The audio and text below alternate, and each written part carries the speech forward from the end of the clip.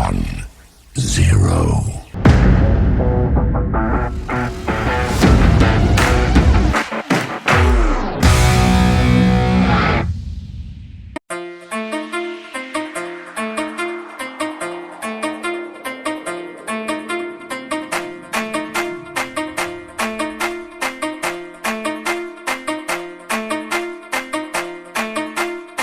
DJ Nero.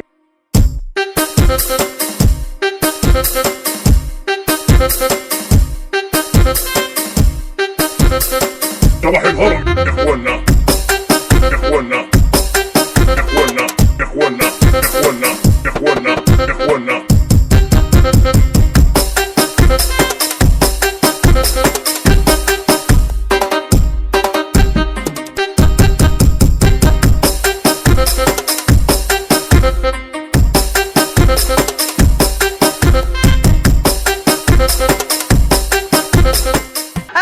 أعزائي المشاهدين وحلقة جديدة من برنامجكم مطاعم مصر. كل يوم مطعم جديد وأكل جديد وضحكة جديدة. هنفتح منيو مطاعم مصر وهنشوف معانا مين النهاردة أقوى 30 مطعم في مصر. كل يوم قدام شاشة بانوراما ناخد حضراتكم ونفطر بره في مكان مميز، نغششكم إيه أفضل أماكن ممكن تفطروا فيها. يا ترى النهاردة هيكون معانا مين وهناكل إيه وهنضحك إزاي؟ ده اللي هنعرفه بعد الفاصل. هنشوف مين ضيف مطاعم مصر النهاردة على الفطار.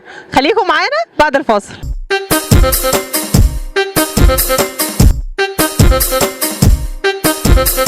وفتحنا منيو مطاعم مصر النهارده، ويا ترى احنا فين وهنفطر فين؟ افضل 30 مطعم على مستوى مصر النهارده معاكم ومعانا قرية هاني، افضل اكل بدوي ومندي ممكن تاكله. يا ترى النهارده هنعمل ايه وهنفطر ايه وهنضحك ازاي وهنصور مع الجست ازاي؟ ده اللي هنعرفه حالا معاكم من داخل مطاعم مصر في قرية هاني. ابقوا معنا. هذا البرنامج برعاية كل عام وأنتم بخير. جزارة مشويات محمد حامد تهنئكم بحلول شهر رمضان المبارك، أعاده الله عليكم بالخير واليمن والبركات.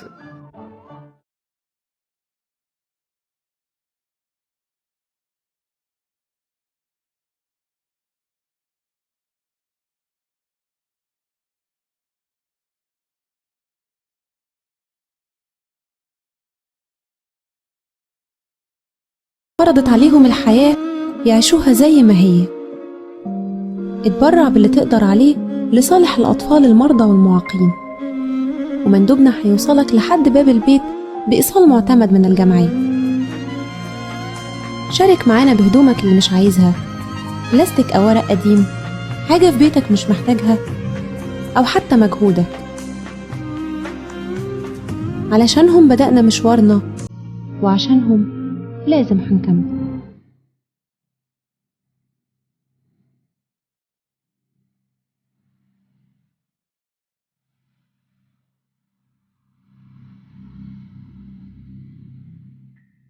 أحمد كان قاعد في يوم مع والده في البيت.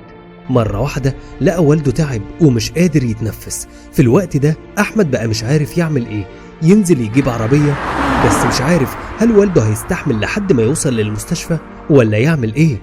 اطمن يا أحمد، احنا في شركة دار أطباء مصر بنقدم لك خدمة إسعاف مصر، وهي أسرع إسعاف مجهزة بأحدث الأجهزة الطبية، ولأن الدقيقة تساوي حياة زودناها بفريق من الأطباء والتمريض المتخصصين في الطب الحرج، كل ده وبأقل الأسعار. إسعاف مصر، الأقرب إليك. لو عاوز تاكل أكلة حلوة تسعدك يبقى لازم تروح مطعم وصاية، ده لأن عندنا أصناف مميزة ملهاش حل، وطعم الأكل يطير العقل. استمتع بألذ الوجبات وبأفضل سعر. سعادتك الحقيقية لما تاكل من عند وصاية. إدارة الحاج صبري النحاس. للتواصل 010 23 11 58 11 سوهاج، أو 010 61 93 93 95 فرع طهطة. ليس لدينا فروع أخرى.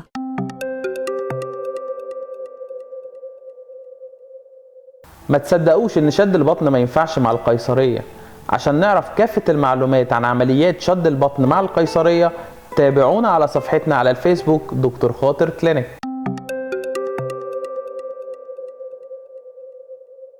وزي ما حضراتكم متعودين دايما بيكون لينا لقاءات مع الجست المميز اللي بيكون ضيف مطاعم مصر جوه الاماكن المميزه اللي احنا بندخلها يوميا على الفطار. والنهارده لينا لقاء مع الجست اللي موجود في قريه هاني. بنرحب بحضرتك. الله يعزك. بتيجي قريه هاني باستمرار؟ باستمرار. ايه راي حضرتك في الاكل؟ جميل. بتحبه يعني؟ جدا. وحضرتك بتيجي هنا بتنورنا باستمرار؟ تمام على طول. ايه حاجه مميزه لحضرتك هنا؟ ثانيه واحده. معلش كتر الموضوع ده مش قادره. هو يكون عندك كورونا؟ باين كده. هنكمل. قولي بقى حضرتك قرب مني كده. قولي بقى ايه رأي حضرتك في رأي حضرتك في الحاجات المميزة هنا؟ تمام هنا. عجبك المكان؟ تمام. طبق حضرتك المميز ايه؟ مكرونه جري. بتحبها؟ ماما نعم عايزة اجيب جيلاتي. طيب اقعد هنا على رجل عمو. معلش عشان عيان بس ابوه عنده كورونا وما عرفتش اسيبه في البيت. خد يا حبيبي. رايح على كتف عمو. رايح معلش سخن بس حط ايدك عليه. بلاش. لا ده طفل حضرتك. انا بقول لك ايه حضرتك كبير كده هتخاف من الطفل. عشان يكون عنده كورونا. الاطفال احباب الله. اسند على كمامه. نعم. ما معيش كمامه البسها عشان يكون عنده كورونا. لا ان شاء الله ما يبقاش عنده حاجه. هو باباه عنده كورونا طلع ايجابي واحنا لسه عاملين المسحه قبل ما نيجي على طول. بس لسه النتيجه ما طلعتش. ده مش باين ابوه بس. امال مين تاني حضرتك بتفول علينا؟ خلينا نكمل اللقاء. لا حول ماما انا عايزة اجيب جيلاتي. كمان في شقولي كمان دي في شقولي. حاسه ان انا دايخه. ممكن اكون عايزه كيلو ماما مشكل. وديني الحمام. كيلو مشكل. دايخه. وديه الحمام. الكورونا شكلها بتحب ماما الاكل. وديني الحمام. ممكن توديه الحمام عشان احنا سخنين بس. مش قادر. ماليش دعوه. ده طفل حضرتك. طب روح هات الجيلاتي دلوقتي. حضرتك باين بتكح عليا ليه؟ انت خلاص. شكلك عيان ولا ايه؟ باين عليا خدتها منه. لا هو لحق حضرتك كده ممكن داخل تعدي الناس. انا اللي قاعد الناس. حضرتك كحيت دلوقتي. انا اللي استخدمت المناديل. طب هو حضرتك انا استخدمتها حضرتك بتكح ليه؟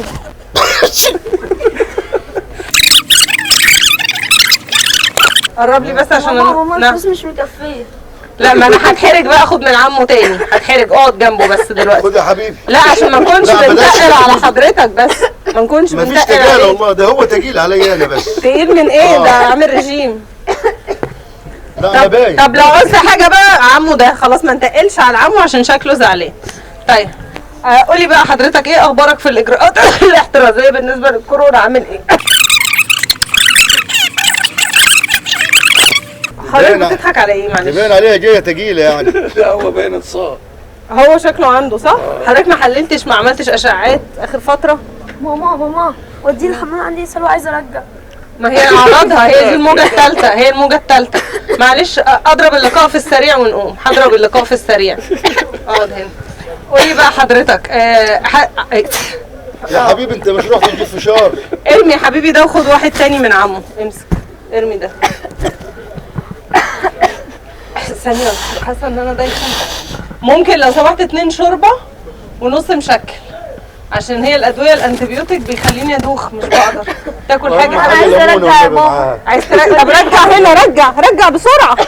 رجع حضرتك. رجع.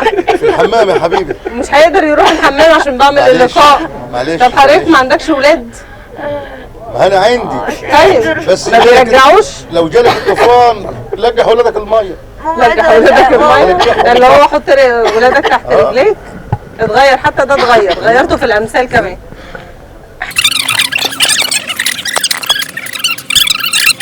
تاخدوا فلوس وتبعدوا عني. قد ايه هتدينا قد ايه؟ مش انت بتقولي ب 500 جنيه؟ يا سلام. دايخ. ده انا كده هصرف 10000 على نفسي. ليه؟ حضرتك اتصل ب 105 هيجي لك البروتوكول لحد البيت. ما بتشوفش اعلانات وزاره الصحه؟ 10000 ليه حضرتك؟ عايزة ارجع. رجع حبيبي رجع. يعني وزاره الصحه هتجيب لك العلاج البيت عشان تعالجني من الكورونا اللي انا ماليش ذنب فيها وخدتها منك. حضرتك ومين من المصريين ليه ذنب فيها؟ حضرتك بص حضرتك معلش امسح وشك كده وحاول تبعد عن الولد شويه عشان حضرتك عندك اعراض.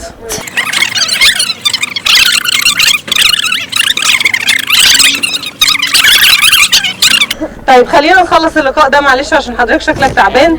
تحتاج انك انا ما حدش ترتاح. تعبني الا انت وابنك. ليه حضرتك؟ انا وابني احنا عملنا لك ايه؟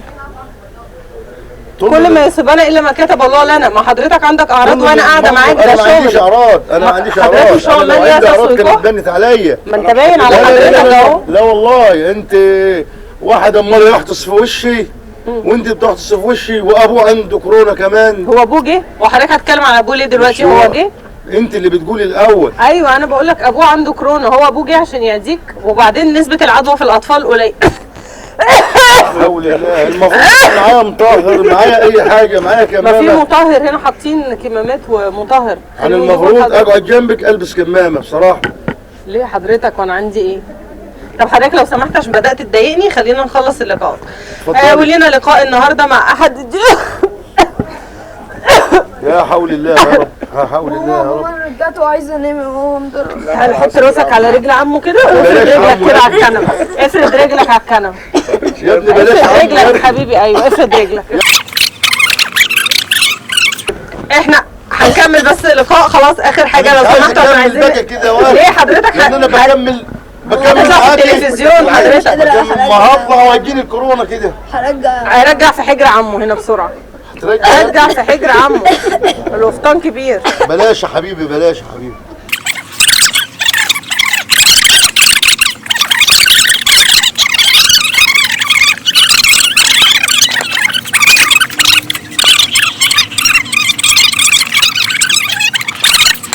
يا حول الله. يلا يلا يا جماعه هنكمل نصور بعد لو اذنكم. سمحت انا طلبت كوبايه ليمون. ايوه والليمون هيعمل ايه لحضرتك في اللي احنا فيه اي ده؟ مضاد من اللي انا فيه ده، اي مضادات، اي حاجه. انا مش عارفه حضرتك عمال تضحك على ايه؟ الموقف ده يضحك؟ حضرتك الموقف ده يضحك؟ يا مدام لو سمحتي انا اتخنقت كده، حرام كده. من ايه حضرتك اتخنقت؟ ضيق في التنفس؟ جالك ضيق في التنفس؟ انا ما عنديش ضيق، انتوا اللي جبتوا له ضيق يا ابني، حرام عليك يا ابني. حضرتك معاك عربيه ممكن نوديك معايا عربيه. شيله بقى. تعالى معايا عربيه. قوم طيب قوم معايا. تعالى حبيبي. مين طيب؟ شيله معلش انا لوحدي. بلاش لو سمحت. اشيله. بلاش. معلش شيله حضرتك. بلاش.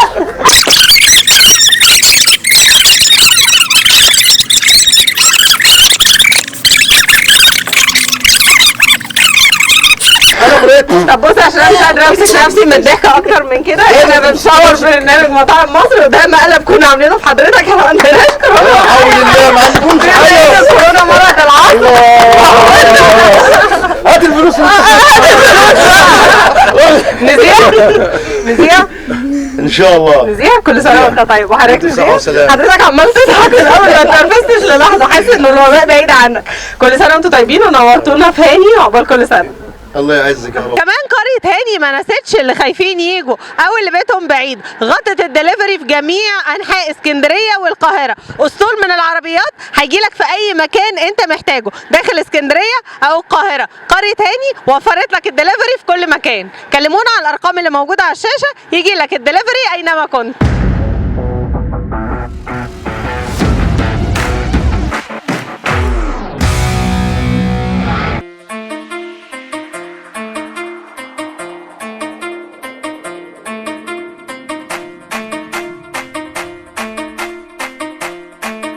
جينا النهارده قرية هاني عشان نعيش حياة الواحة، وحياة الواحة جوه قرية هاني أكل حلو وقعدة حلوة جوه الخيمة، وكمان لمة حلوة مع أصحابنا وحبايبنا. هناكلوا معاهم المبكبكة والمندي والمصبي، وكمان ما تنسوش الكنافة اللي على الفحم مميزين فيها جدا. تعالوا بسرعة على قرية هاني، دوقوا وشوفوا معانا وعيشوا معانا اليوم.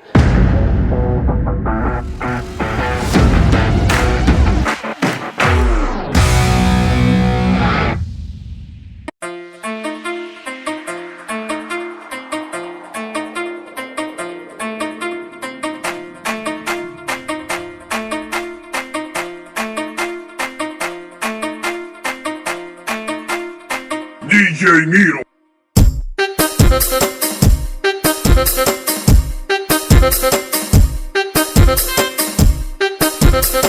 صباح الهرم يا اخوانا، يا اخوانا، يا اخوانا. رمضان بيحب اللمة، وما تحلى اللمة غير في قرية هاني. والنهاردة معانا عيلة متجمعة وجايين يقضوا أيام حلوة وأكلة حلوة جوه قرية هاني. كل سنه وحضرتك طيبه. وحضرتك طيبة بصحة وسلامة. جيتي النهارده بقى واخترتي قريه هاني ليه؟ والله يعني احنا اخدنا رأي الأغلبية وقالوا لنا ان احنا متفقين ان احنا نيجي قرية هاني. فطرتي والاكل ايه اخباره؟ والله جميل جميل والله. عجبك؟ جميل جدا، تسلم ايديكم. اسال بقى صاحب راس المال اللي هيحاسب النهارده على الفاتوره، ايه رايك في الكوست بتاع السعر؟ لا تمام الحمد لله كويس يعني الحمد لله. كل سنه وانتم طيبين. القعده جميله والله بصراحه حلوه، والقعده هاديه وحلوه جميله يعني الحمد لله. تمام الحمد لله.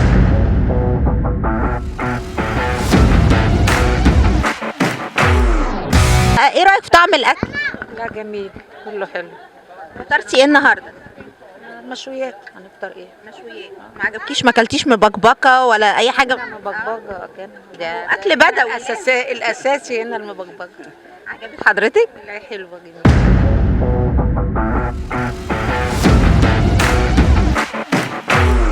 ايه رايك في الجو والقعده الحلوه دي؟ جميل والله.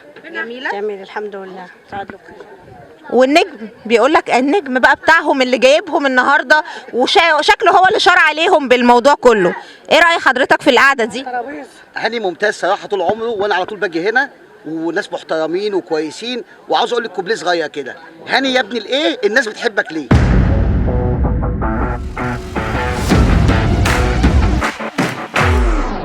وما تحلى القعده واللمه غير جوه الخيمه البدويه في قريه هاني، ومكملين لمتنا ومكملين جمعتنا ومكملين لقاءاتنا. السلام عليكم. وعليكم السلام ورحمه الله وبركاته. انا وحضرتك طيب. وحضرتك طيب.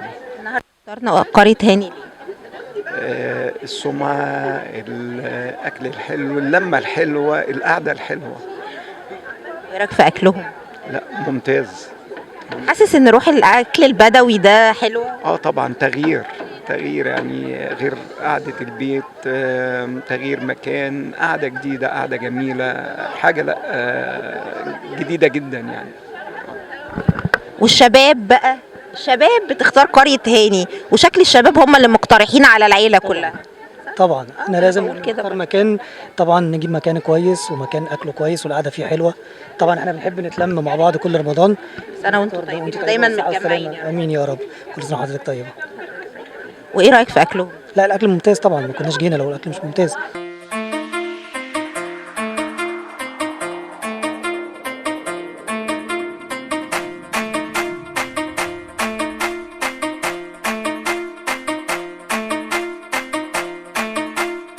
دي جي ميرو.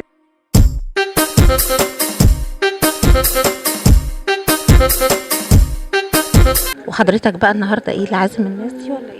طبعا ده انا سايب احمد باباه التاني ومامته التانية واخواته كلهم، وبتبقى لمه حلوه والقعده جميله الاجواء كلها حلوه. اجواء رمضان في خيمه بدويه ومشاوي خفيفه. واحنا تاني مره نيجي في رمضان يعني. واسعارهم ايه؟ لا ممتازه. مناسبه للقعده والاكل. هي بصي القعده فيها حريه كده، قاعده مش قاعده في مطعم. لا مش عايز مطعم، قاعده مرحرحه، احنا قاعدين مرحرحين براحتنا. جو الخيمه نفسها بتدي شعور حلو يعني.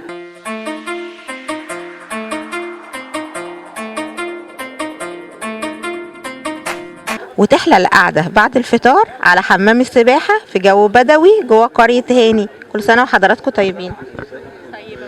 السلامة. حضرتك في الاكل النهارده؟ ممتاز حلو والله. فطرتوا ايه النهارده؟ فطرنا مشويات ومندي وملوخيه. مندي؟ وملوخيه وشوربه، حاجات حلوه يعني كتير الحمد لله. حضرتك؟ مبكبكه. مبكبكه. اكلت مبكبكه؟ لا ما اكلتش مبكبكه، بس الليله كانت مبكبكه معانا النهارده. عجبك الاكل؟ لا الاكل ممتاز هنا، الاكل هنا كويس. وكوست السعر بالنسبه للاكل؟ لا القريه اسعارها كويسه وما شاء الله. انت شايفه الجو، الدنيا زحمه عامله ازاي بسبب الخدمه العاليه اللي هنا والاسعار كويسه. عجبتكم الخدمه؟ الخدمه هنا عاليه كويسه الحمد لله.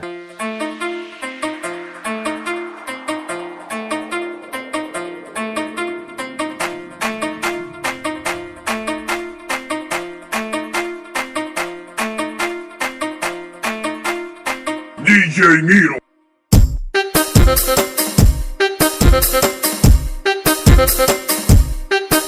اكلنا وبنشرب الشاي الزردة وبنحلي بالكنافه على الفحم.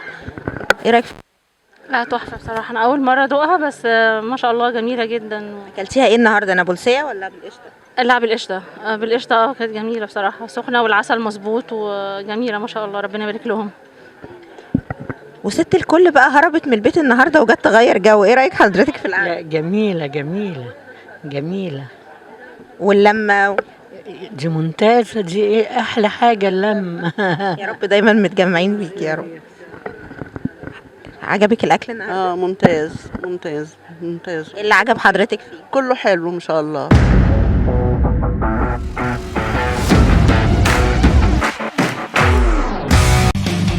هذا البرنامج برعاية كل عام وأنتم بخير.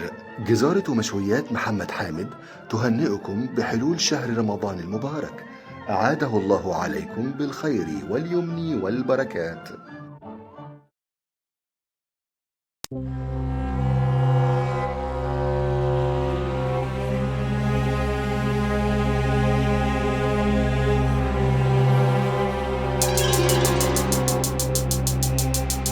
يتعلموا. أطفال كتير اتفرضت عليهم الحياة يعيشوها زي ما هي. اتبرع باللي تقدر عليه لصالح الأطفال المرضى والمعاقين، ومندوبنا هيوصلك لحد باب البيت بإيصال معتمد من الجمعية. شارك معانا بهدومك اللي مش عايزها، بلاستيك أو ورق قديم، حاجة في بيتك مش محتاجها، أو حتى مجهودك. علشانهم بدأنا مشوارنا، وعشانهم لازم هنكمل.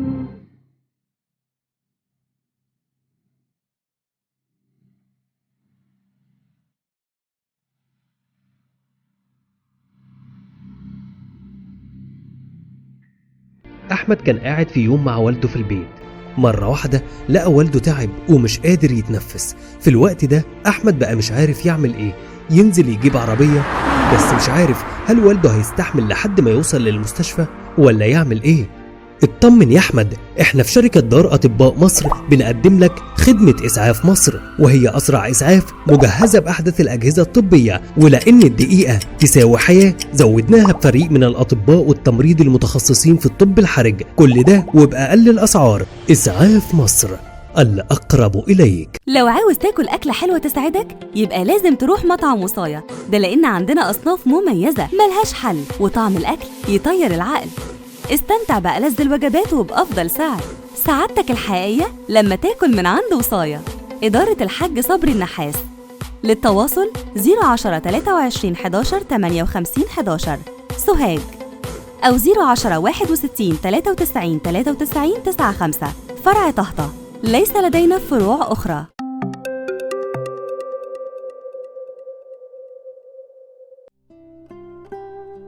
ما تصدقش ان عمليات التجميل مؤلمة. عشان نعرف معلومات اكتر عن عمليات التجميل تابعونا على صفحتنا على الفيسبوك دكتور خاطر كلينيك.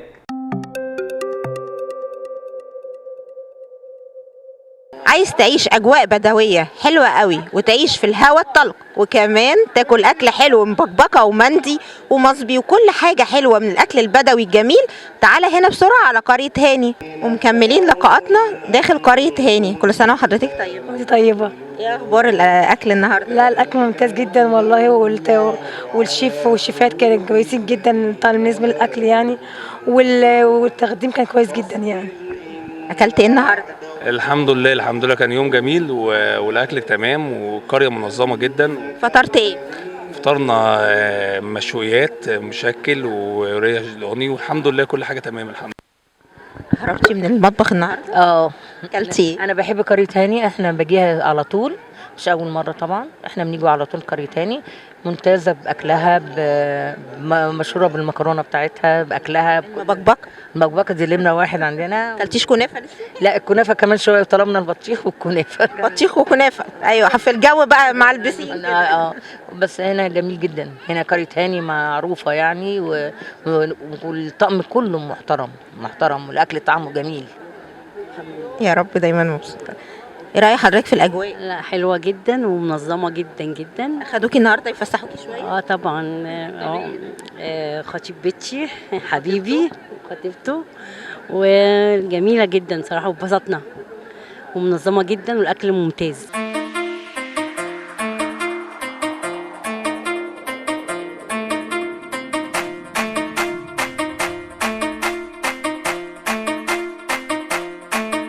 وبعد ما شفنا العظمة والجمال جوه قرية هاني كنا لازم نعرف ايه السر وامتى بدأت وايه قمة النجاح دي.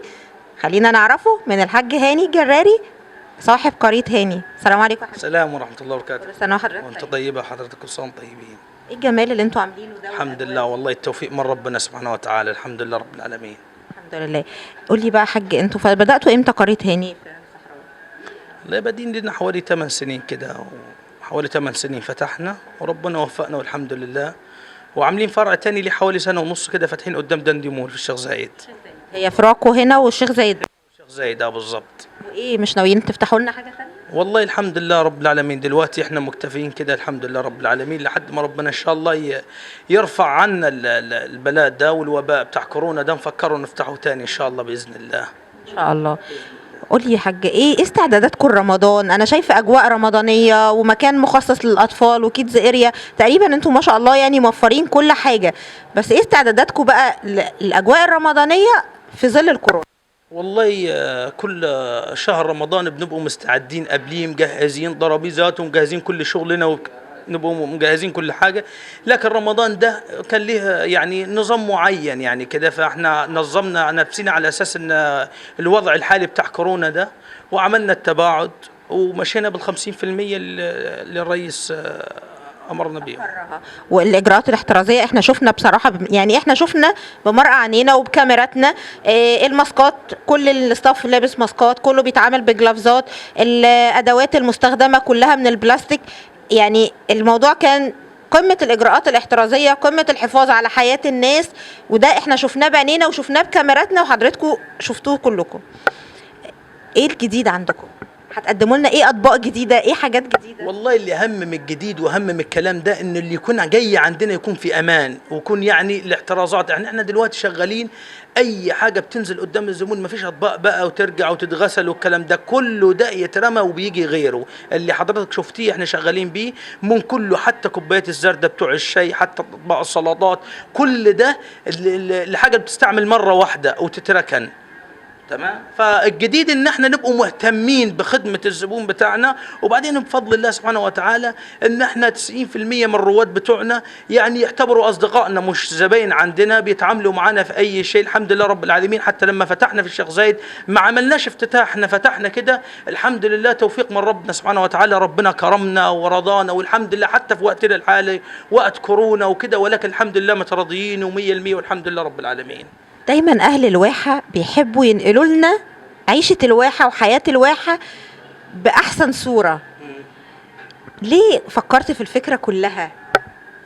والله نقول لك على حاجه، لان ده مكان فلا يعني الناس طالعه تخرج فلازم تتبسط، مش شرط انك انت يعني تبقى مربح بالنسبه لك الموضوع مربح وخلاص، لا لازم تبص له من طرق تانية، انه اللي جاي لك ده جاي لك في بيتك، ما ينفعش انك تتعامل مع حد انه هو زبون جاي تكسب من وراه، لازم تتعامل معاه انك انت جاي لك ده ضيف عندك في بيتك، باي طريقه يكون طالع مرضي هو واسرته الكريمه، لانهم هم طالعين المكان مش زي ما الناس مفكره اهم حاجه الاكل والخدمه والكلام ده، لا المفهوم ده خاطئ من وجهة نظري. المقابلة أهم شيء، المقابلة واحدة مع أسرته ويكون قاعد مرتاح، العامل اللي بيتخدم، العامل اللي هو بيسرفز عليه لازم يكون، أو الويتر اللي يكون شغال معاه لازم يكون واد محترم، يتعامل مع ناس محترمة، يتعامل معاهم بأنهم ضيوف عنده في البيت، مش أنهم هم جايين يربح منهم وخلاص واتقفلت على كده، لا لازم تتعامل مع الناس، لأنه هو داخل مش داخل مطعم عادي إن هو يتغدى 5 دقايق وبيطلع، لا عندنا ناس بتقعد بالخيمة بيقعدوا هنا ساعتين 3 4 أسر بتقعد، فالوضع لازم تكون انت تنقل اللي بيجي لك الوضع يعني مختلف عن اي تنقل له الكرم البدوي والحياه البدويه بالظبط، الكرم البدوي والريف المصري والوضع اللي مصر، اللي طبيعه المصري وطبيعتنا كده في الخدمه وفي الاحترام وفي الادب لازم يتعاملوا معاه، من اول ما يركب في العربيته في الباركن لحد ما يغسل يديه ويطلع، لازم يتعاملوا بمعامله ان هو جاي ضيف مش جاي ان هو زبون. حقيقي احنا لما وصلنا قرية هاني وهم عملوا كل الواجب وكفوا ووفوا، والحاج هاني كفى ووفى، وشفنا الكرم والطيبة والأصل البدوي، بجد عشنا معاهم أجمل يوم، وكل سنة وحضرتك طيبة. إن شاء الله زيارة هتتكرر. الله بإذن الله تشرفونا ومكانكم في أي وقت، وربنا يبارك فيكم ويحفظكم يا رب، وربنا يرفع عنا الوباء والبلاء، يرفعه عن مصر إن شاء الله بإذن الله. خلصت حلقتنا وعشنا واستمتعنا بأجواء رمضانية بدوية داخل قرية هاني، وقعدنا في المربوعة، قعدنا ورحرحنا وشربنا الشاي الزردة وكلنا الكنافة اللي على الفحم. النهاردة يوم بدوي خالص. أشوفكم بكرة ومطعم جديد من مطاعم مصر. كل سنة وانتم طيبين.